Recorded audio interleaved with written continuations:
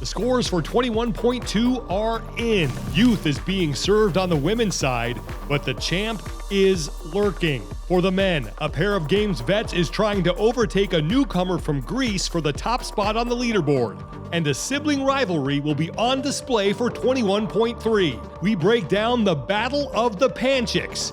That's next on Game Central. Hi everybody, and welcome to another edition of Game Central. I'm Sean Woodland. We are now through 2 weeks of the World Wide Open, so let's take a look at the unofficial scores from 21.2, and we will start on the men's side, where Dakota Rager turns in a blistering time of 8 minutes 48 seconds. He edges out Stas Solodov by just 4 seconds, and then just 12 seconds separate third place Colton Mertens from Cedric Lapointe, who is in 10th. If this holds, this would be Dakota Rager's second career open event win. He also won 18.3. But right behind him is a man that many people may not know about. That's Stas Solodov, right now 36 years old. Last year, he was 11th in the World Wide Open in the 35 to 39-year-old division and was also first in Russia.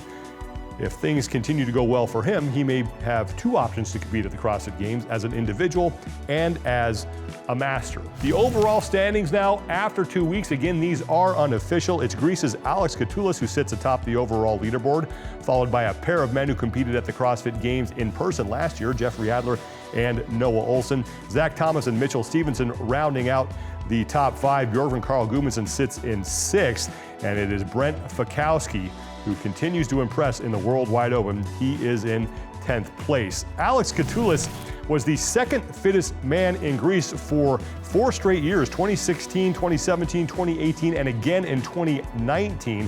He was 42nd in the Open in 2019. That's his career best finish, but looking to beat that in 2021 and hang on for the overall Open win with just 1 week remaining. Meanwhile, over on the women's side, youth being served at the top of the leaderboard in 21.2, where Emma Cary, who is just 16 years old, edges out Kristin Holte, who is twice Cary's age, more than twice Cary's age at 34 years old, by just 7 seconds. Carolyn Prevost is in 3rd, and 21 seconds to separate her from 10th place Erica Eklund. But Kristin Holte seems to be just getting better with age. She has been 3rd in the Open the last 2 years, and she has been the fittest in Norway every year since 2015. And for 4 straight years at the CrossFit Games, Holte has finished inside the top 7. And she is on track to once again finish in the top 3 in the World Wide Open. As we take a look at the overall standings, once again unofficial,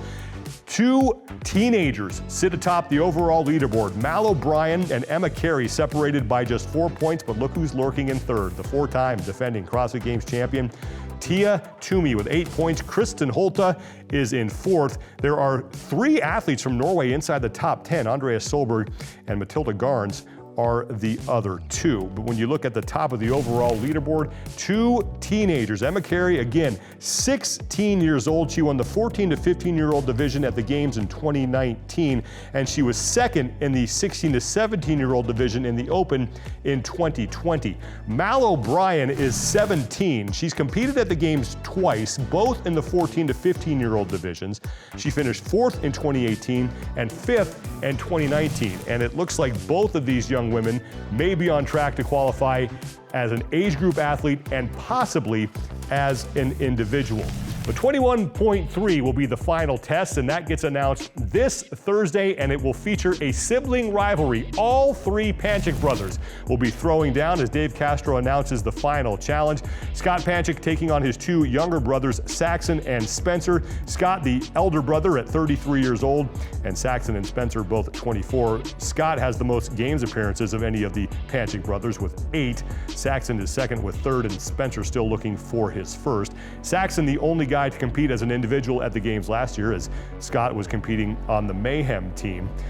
And Scott Panchik still looking for his 1st finish on the podium as an individual. He has 7 top 10 Games finishes, though. Will be a fun matchup to watch between the Panchik brothers, and for more on that, let's go over to Tommy Marquez, who goes inside the leaderboard.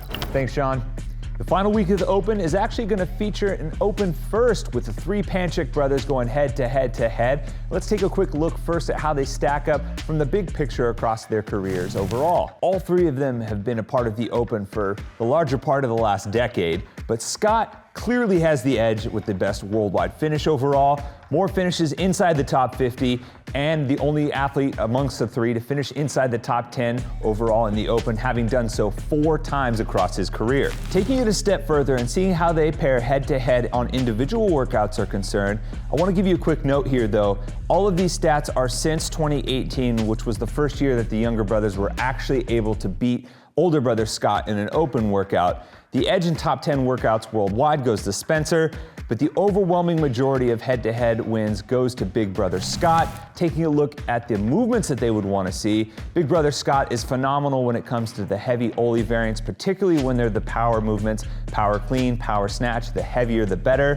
Saxon Panchik has consistently been able to beat the other two brothers when the workouts actually get longer and edge more towards the endurance domain. The one thing Spencer Panchik wants to see is a little bit of loading, but keep it light and keep it long. He's really been able to find success in workouts like 20.1 and 20.2 when he really gets to spin his wheels on some of the lighter barbells. Overall, I gotta say, I'm gonna give the edge to big brother Scott still, but considering that all three brothers are in the top 40 worldwide as of week 2, I think the environment of throwing down in an Open announcement, coupled with getting to do it alongside your two brothers and seeing how they feed off of each other energy-wise, I think we're gonna see one of the best Open announcement performances yet. Thank you, Tommy. Definitely looking forward to being part of that announcement. Now remember, the Open announcement this week, 5 hours earlier than it usually is. The announcement will take place at 12 noon Pacific time. There is a pre-show that starts at 11:45 a.m. Pacific. Europe, we want you guys to be able to watch this thing live, so we push it back to 12 noon Pacific time to accommodate you. Don't forget to tune in to the pre-show though, starting at 11:45. We'll get you set for all the great stuff that's gonna happen for 21.3. Thank you so much for joining us, everybody. I'm Sean Woodland, and we'll see you next time.